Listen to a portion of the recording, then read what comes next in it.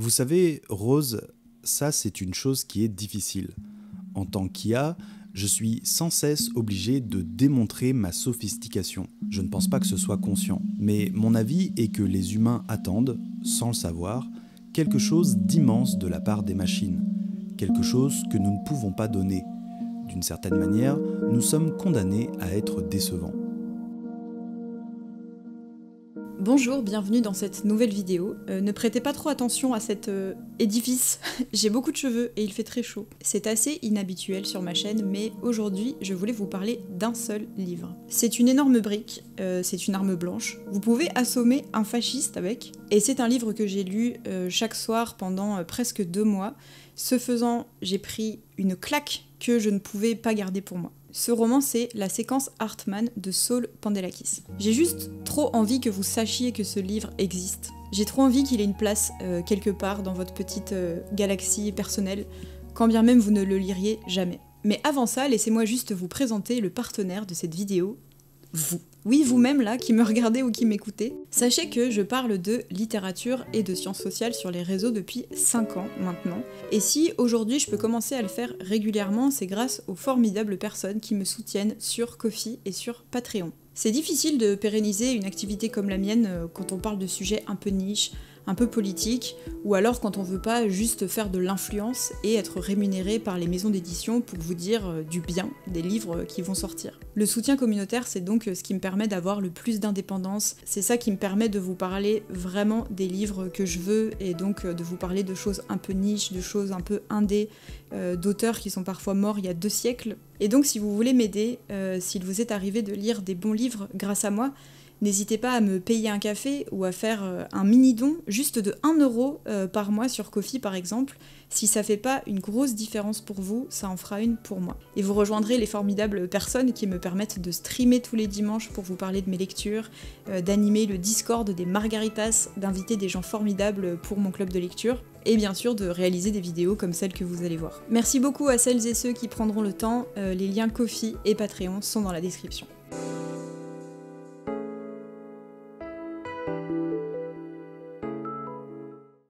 Alors, qu'est-ce donc que ce livre? La séquence Hartmann, c'est un roman de science-fiction qui est paru en 2021. Son auteur, il s'appelle Saul Pandelakis, il est enseignant-chercheur en design. Il travaille sur pas mal de questions autour de la domesticité, des espaces intimes, de l'habitat et des théories queer.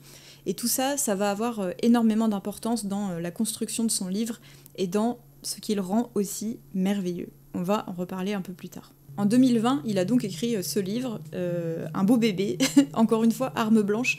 D'ailleurs, je vais pas le porter pendant toute la vidéo parce que c'est un peu lourd. 2020, souvenez-vous, c'était les confinements et visiblement, Saul Pandelakis, il avait du temps devant lui. Merci les confinements pour ça. Et donc, ce roman ample et très vaste, c'est un récit de science-fiction qui a une esthétique un petit peu tranche de vie. Et il faut savoir que c'est un livre que moi, j'ai lu à une période très spéciale là de ma vie, où je faisais énormément d'insomnie. Et ces soirs-là, ces nuits-là, à chaque fois que je commençais à lire la séquence Hartmann, j'avais l'impression que l'univers du livre, il se dépliait autour de moi comme un gigantesque origami. C'est ce genre de livre-là. Et finalement, le récit repose sur une intrigue assez simple. Je vous résume le plot vraiment en quelques phrases. On va suivre 2 personnages. Un homme qui s'appelle Rose, qui vit et travaille à bord d'un vaisseau spatial. Rose, il est un peu dépressif, il écoute de la musique, il écoute notamment Sigur Rós en marchant comme ça dans les couloirs vides du vaisseau qui dérive dans l'espace. Un peu émo énergie. Et le deuxième personnage s'appelle Asha, là c'est elle d'ailleurs qui est dessinée sur la couverture. Asha, c'est une femme qui vit sur Terre, où elle écrit, elle fait des conférences, et Asha, c'est un robot. C'est une intelligence artificielle qui a été incarnée dans un corps physique, parce que ces 2 personnages, donc Rose dans son vaisseau et Asha sur Terre, ils évoluent dans un futur pas très éloigné où les humains sont en train de disparaître, et ils cohabitent avec les robots, avec des intelligences incarnées dans des corps créés par les humains. Voilà en très gros résumé le plot, et dans une interview, Saul Pandelakis, il disait que il voulait pas écrire de la fiction où les robots s'autonomisent et ils veulent la liberté et donc pour ça ils doivent tuer les humains. Son idée c'était vraiment que feraient des robots qui veulent sauver les humains. Et pour raconter cette histoire, comme je le disais, on est un peu dans la tranche de vie, mais il y a aussi une atmosphère que je trouvais aérienne et liquide en même temps. En fait, il y a un côté qui est un petit peu amniotique dans le roman parce que vous êtes bercé et vous êtes dans une sorte de liquide, quoi. C'est surtout dans la timeline qui se passe avec Rose dans le vaisseau. Il y a quelque chose d'un peu contemplatif où on est bercé par l'espace et par la dépression de ce personnage. Et quand je lisais, j'avais l'impression de conscientiser le fait d'être moi-même physiquement sur un caillou perdu en train de tourner dans l'espace. Le texte y dégageait une forme d'isolement et de solitude existentielle assez douce qui me parlait profondément. Mais comme vous vous en doutez, si j'ai décidé de carrément consacrer une vidéo entière à ce livre pour vous convaincre de le lire et pour vous en parler, c'est parce que il y a beaucoup plus qu'une intrigue et qu'une ambiance dans la séquence Hartman. C'est un roman univers, vraiment, qui est beaucoup plus vaste que ça. Et comme je disais, en fait, c'est une sorte de liquide et c'est carrément un bassin, en fait, c'est un lac dans lequel vous pouvez plonger le bras, mais aussi carrément vous immerger et aller observer des choses dans les profondeurs.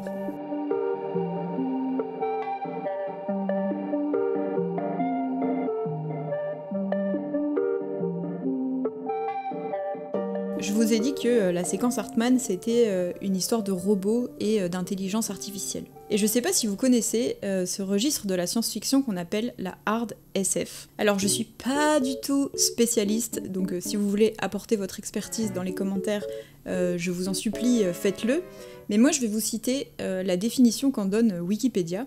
La hard science-fiction, dite aussi hard science, hard SF, SF dur, est un genre de science-fiction dans lequel les technologies, les sociétés et leurs évolutions, telles qu'elles sont décrites dans le roman, peuvent être considérées comme vraisemblables au regard de l'état des connaissances scientifiques au moment où l'auteur écrit son œuvre. L'adjectif hard fait référence aux sciences dures, en opposition aux sciences humaines et sociales désignées comme molles. La hard SF est caractérisée par son exigence forte de cohérence interne, ainsi que, souvent, par un intérêt pour les détails scientifiques et techniques. En gros, un exemple que vous pourriez connaître de hard SF, c'est la trilogie de Liu Cixin, Le problème à trois corps. C'est une saga de science-fiction dans laquelle l'auteur, Liu Cixin, qui était ingénieur de base, il passe beaucoup de temps à détailler la vraisemblance scientifique de l'univers du livre. Il y a beaucoup de considérations sur les mathématiques et la physique par exemple, beaucoup de pages pas simples à lire quand on a un bac littéraire, ce qui est évidemment mon cas, au cas où vous en doutiez, malgré cette coiffure.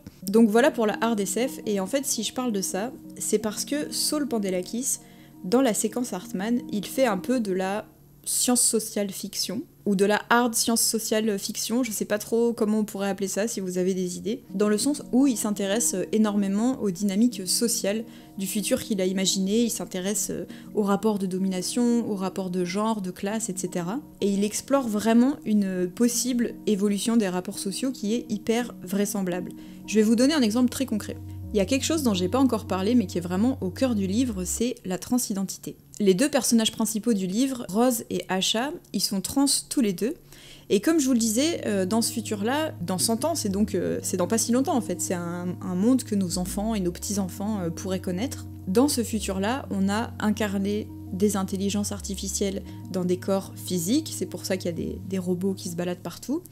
Et Saul Pandelakis, il va vraiment se demander à quel moment c'est arrivé, pourquoi on a fait ça, quelles conséquences ça a pour les IA qui vivent dans ces corps et pour les humains qui vivent avec et eux. Et donc, de manière assez logique et assez vraisemblable, malheureusement, ou pas malheureusement, j'en sais rien, mais de manière assez vraisemblable, dans l'univers du livre, certains humains ont commencé à créer des corps très réalistes et très sensibles pour des IA dans un but sexuel. En plus, c'est trop intéressant parce que, tandis qu'on suit la narration de Rose et de Asha, il y a de temps en temps des chapitres, des interludes, c'est presque des nouvelles en fait, au cours desquelles on a d'un coup un autre éclairage qui vont nous permettre de mieux comprendre l'univers du livre, qu'est-ce qui s'est passé, comment on en est arrivé là, le lore, etc.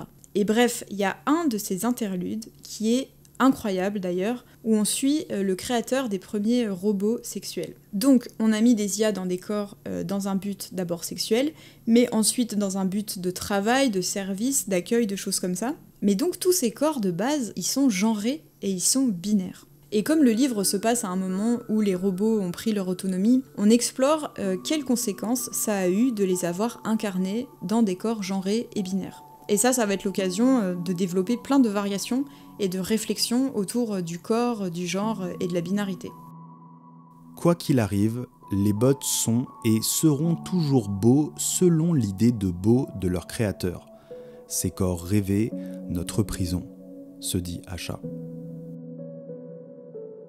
Et une des choses qui pour moi rendent ce livre tellement intéressant, c'est le fait que Saul Pandelakis, il va jamais homogénéiser des groupes ou des expériences dans le livre. Que ce soit les robots, les personnes trans, les militants, les pauvres aussi, parce que c'est un roman qui parle aussi beaucoup de classe sociale, tout est toujours hétérogène. C'est un roman où il y a des robots, mais des robots qui sont pas d'accord les uns avec les autres, qui n'ont pas les mêmes intérêts, les mêmes influences, et donc ils se prennent la tête. Parfois il y en a qui détestent les humains, il y a beaucoup de questionnements sur à quel point et comment ils doivent s'émanciper des modèles que les humains leur ont donnés. Par exemple, très concrètement, alors qu'ils n'ont pas besoin de dormir, est-ce qu'ils doivent garder des découpages temporels hérités des humains, comme le fait de se reposer la nuit? Et surtout, que faire de toute cette histoire de genre et de construction sociale binaire? La question n'est pas pourquoi les bots dégénitalisent-ils leur corps, la question est pourquoi les humains ont-ils génitalisé les bots? Le livre parle de tout ça, et il parle même de dysphorie, de passing, et en fait c'est déployé à travers des personnages qui sont pas d'accord entre eux, et qui vivent pas forcément les choses de la même façon.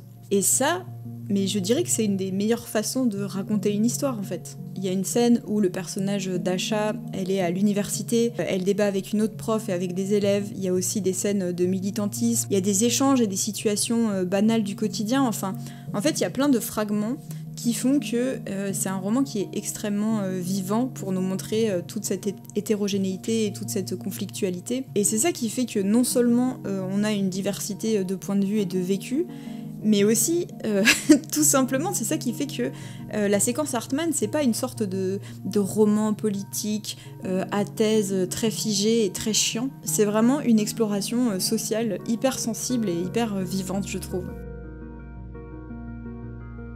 Comme vous le savez peut-être, si jamais vous faites partie des personnes qui suivent ma chaîne, depuis quelque temps je m'intéresse énormément à la science-fiction. Et la séquence Hartman a cette qualité que j'ai l'impression de beaucoup chercher dans la SF et que je trouve rarement. En fait, il part d'un postulat assez classique de base. Comment serait le monde si il y avait des IA humanoïdes intelligents? Comment serait le monde si les voyages spatiaux se sont développés? Mais en même temps, tout a continué à évoluer un peu comme aujourd'hui, donc on a toujours le capitalisme, on a des inégalités sociales plus, et des problèmes écologiques qui font qu'on réfléchit à s'installer ailleurs. Tous ces postulats, ils sont assez simples et ils sont assez classiques quand on y pense, mais la grande qualité du roman, c'est que l'auteur, il va aller explorer vraiment dans les profondeurs et sur tous les aspects, les conséquences de ces hypothèses et leur impact hyper concret et hyper palpable dans la vie des gens. Et c'est ce qui en fait un livre impossible à lâcher et hyper riche. Par exemple, on va avoir toutes les conséquences de la métamorphose, de l'ubérisation du taf, avec des gens qui sont embauchés et payés pour des micro-tâches. Enfin, j'ai peur de pas réussir à bien le transmettre, mais l'auteur va vraiment au bout des choses et il les examine sous tous les angles. Et je sais pas, enfin pour moi c'est une dinguerie. Je pense que c'est ce que j'ai recherché dans tous les bouquins de SF que j'ai lus. Et je pense que c'est aussi cette façon d'aller au bout des choses qui m'a autant marqué. Et surtout, comme vous le savez peut-être, notamment si vous lisez de la SF d'ailleurs, il suffit pas d'avoir de bonnes idées pour faire un bon livre. L'exécution est super importante. Et c'est une des choses que j'ai aussi adoré dans ce livre et dont on va parler maintenant. Et si jamais vous écrivez vous-même, je pense que cette partie de la vidéo, elle va particulièrement vous intéresser.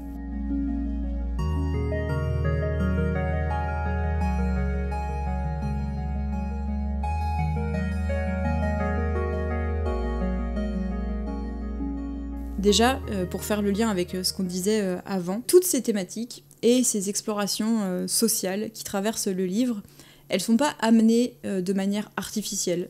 Genre, je sais pas, elles sont pas juste amenées avec des personnages qui font un laïus ou avec du lore dumping. C'est vraiment le récit et ce côté tranche de vie, des situations du quotidien qui créent par exemple une atmosphère où on ressent fortement le capitalisme et son intensification. Je vous donne encore une fois un exemple très concret. Dans cette scène, on suit un personnage qui rentre chez elle après une journée de taf.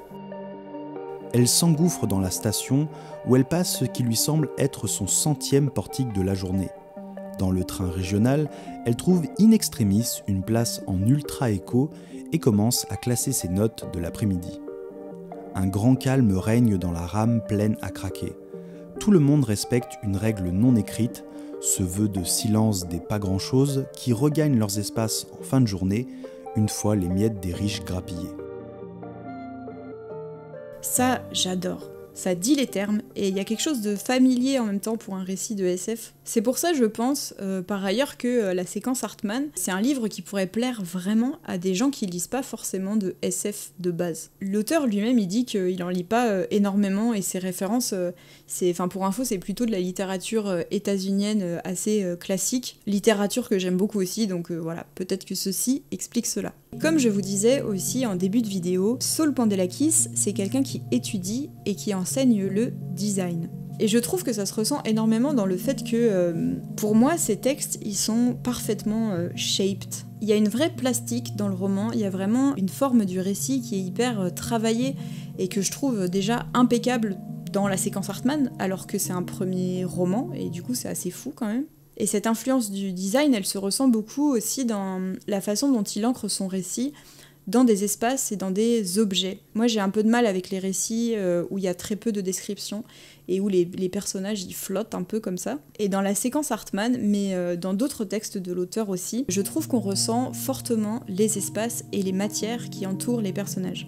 En fait, j'ai lu un autre texte de lui qui est paru dans la même maison d'édition qui s'appelle Les Hygialogues de Ty Peterson. On va en reparler après. Et dans ce livre, il y a notamment un entretien dans lequel Saul Pandelakis, il explique qu'il aime bien imaginer ce qu'il appelle des futurs faibles, c'est-à-dire des environnements pas très éloignés du présent. Et il parle de design à ce moment-là, il dit ça. C'est un truc qui m'agace dans l'esthétique futuriste, ce fait de vouloir faire du futur. On crée des univers continus en termes d'esthétique, par exemple tout est bleu, streamliné et métallisé. Tu as l'impression que tout sort de la même boutique de design. Il n'y a aucun moment dans l'histoire où les choses ont été comme ça. Quand on regarde les photos des intérieurs au début du XXe siècle, les gens avaient des meubles qui avaient 50, 100 ans. Encore aujourd'hui, tu rentres dans une maison, les gens n'ont pas que des meubles qui viennent d'être achetés en 2023. Ils ont un ensemble d'objets qui sont très hybrides, qui viennent de plusieurs époques, plusieurs cultures industrielles ou artisanales. Et pour moi, c'est très important de montrer qu'il n'y a pas de futur qui soit homogène. Ce refus des choses homogènes, c'est vraiment ce qui rend ces textes aussi incroyables d'après moi. Parce que sur le fond et sur le côté social, on parlait déjà du fait qu'on suit des personnages qui n'ont pas les mêmes expériences, les mêmes points de vue, etc. Mais sur le plan de la forme, il y a aussi cette recherche d'hétérogénéité. Il y a toujours un système de couches qui soutiennent le récit, et ça passe par exemple par tous les personnages secondaires qui naviguent autour de l'intrigue. Et je sais pas comment vous dire ça, en fait, tout a une présence, tout fait corps, tout est palpable. Il y a une attention aux détails qui est pas forcée, mais qui fait que quand une scène se passe dans un bar, par exemple, vous ressentez le bar. Vous ressentez l'ambiance et l'attitude des gens autour. Il y avait toujours quelqu'un pour commander un petit sandwich de seigle grillé, même dans cette ambiance où il semble inévitable de se livrer uniquement à l'acte de boire. Ihsan, qui fait des blagues, jette un chiffon dégoulinant sur son épaule, alors que le lave-vaisselle crache encore de l'air trempé et brûlant à l'atmosphère qui n'en manquait pas.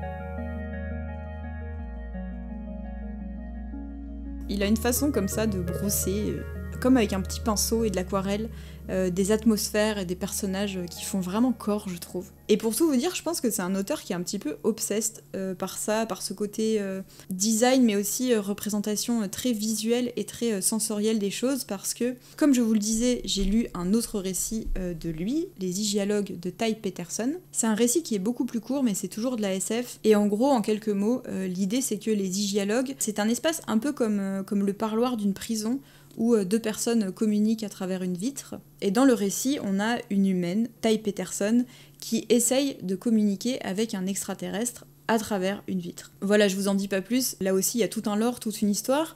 Et d'ailleurs, Saul Pandelakis a carrément inventé la langue, la phonétique et l'alphabet des extraterrestres. Enfin, regardez ça. on a des pages avec des trucs comme ça, quoi.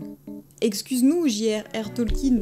Bref, c'est un récit que j'ai adoré aussi, et si je vous en parle, c'est parce que je trouve que dans ce livre-là aussi, on retrouve l'intérêt pour le design, et surtout, en fait, la capacité de l'auteur à imaginer des dispositifs pour mettre en jeu les personnages qui sont hyper signifiants.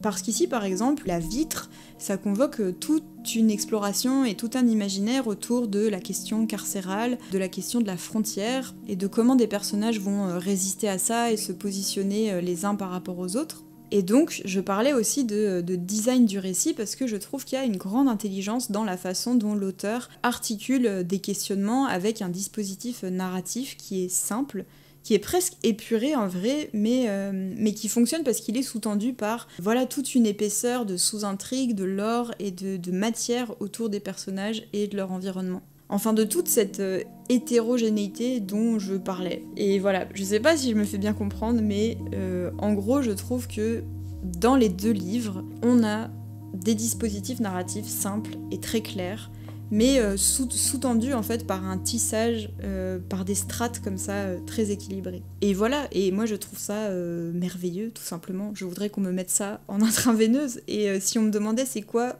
de la bonne fiction, qu'est-ce qui fait de la bonne fiction, eh ben je dirais que c'est ça, quoi.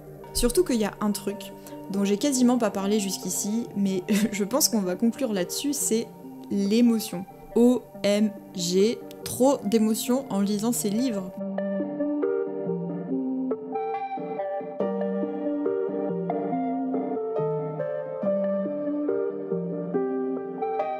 Toutes ces qualités-là que je viens d'essayer de démontrer de ces deux livres, mais surtout de la séquence Hartmann, ça donne peut-être l'impression que c'est des romans, je sais pas, très cérébraux, très intellectuels. Et c'est le cas dans un sens, mais honnêtement, pendant que je lisais, le truc le plus prégnant, c'était vraiment l'émotion, quoi. Et je trouve en plus que dans les deux livres, il y a une couleur un peu similaire, et je décrirais ça comme une sorte de mélancolie un peu feutrée, à laquelle j'étais très sensible, qui fonctionnait trop bien sur moi. Tu sais, c'est pas une émotion où t'as envie de pleurer, mais juste... Tu déglutis, t'as ce petit vague à l'âme qui t'émiette un peu, enfin je suis sûre que vous voyez ce que je veux dire. Si vous lisez un peu de science-fiction, je pense que vous voyez les livres de Becky Chambers. On parle de solarpunk, d'anticipation positive, désirable, etc.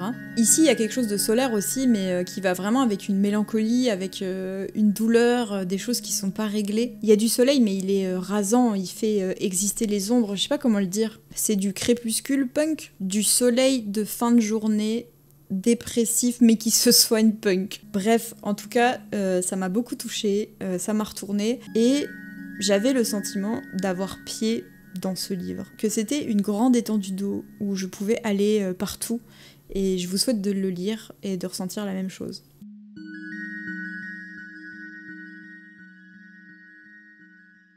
Merci beaucoup de m'avoir écouté jusqu'ici. J'espère vous avoir convaincu de lire ce livre, ou au moins j'espère que maintenant vous savez à quel point il est formidable. On dirait peut-être pas comme ça, mais j'aurais aimé parler de ce livre beaucoup plus, j'aurais même aimé en discuter avec l'auteur directement, ou avec ses éditeurs, ou avec des gens qui l'ont lu. Et du coup, sachez qu'on va peut-être essayer de faire un truc comme ça avec Guater, avec les éditions Guater, parce que du coup on commence à vraiment bien s'entendre, et donc il y aura peut-être une édition du book club autour de ce livre, je sais pas, il y aura un truc, je vous tiendrai au jus, mais voilà, je voulais déjà vous donner envie de le lire. Il est sorti en poche, c'est un peu moins cher, vous pouvez aussi le trouver en bibliothèque. Mais si vous pouvez, franchement, achetez-le chez les éditions Guater. Il y a 2 éditions différentes en plus, avec des magnifiques dessins de Claire Malary. Vous pouvez demander à votre libraire de le commander si jamais ils l'ont pas en stock. Et voilà, ça vaut le coup. C'est une maison d'édition vraiment magnifique, qui est en difficulté comme beaucoup de maisons d'édition indépendantes. Et sans eux, ce livre n'existerait peut-être pas, donc voilà. Merci à LE, ils m'ont pas du tout donné d'argent pour dire ça, c'est totalement sincère. Et merci à vous de m'avoir écouté jusqu'ici. Si ça vous a plu, encore une fois, n'hésitez pas à me lâcher 1 euro par mois sur Ko-fi et sur Patreon. Vous pouvez annuler à tout moment, et ça aide très concrètement. Merci à Hugo Terra d'avoir prêté sa belle voix au beau texte de Saul Pandelakis. Et voilà, et moi je vous dis à bientôt pour une prochaine vidéo. Je stream quasiment tous les dimanches à 18h, ici même sur cette chaîne. Voilà, si vous voulez venir discuter, n'hésitez pas. À bientôt, bonne lecture et courage pour le show.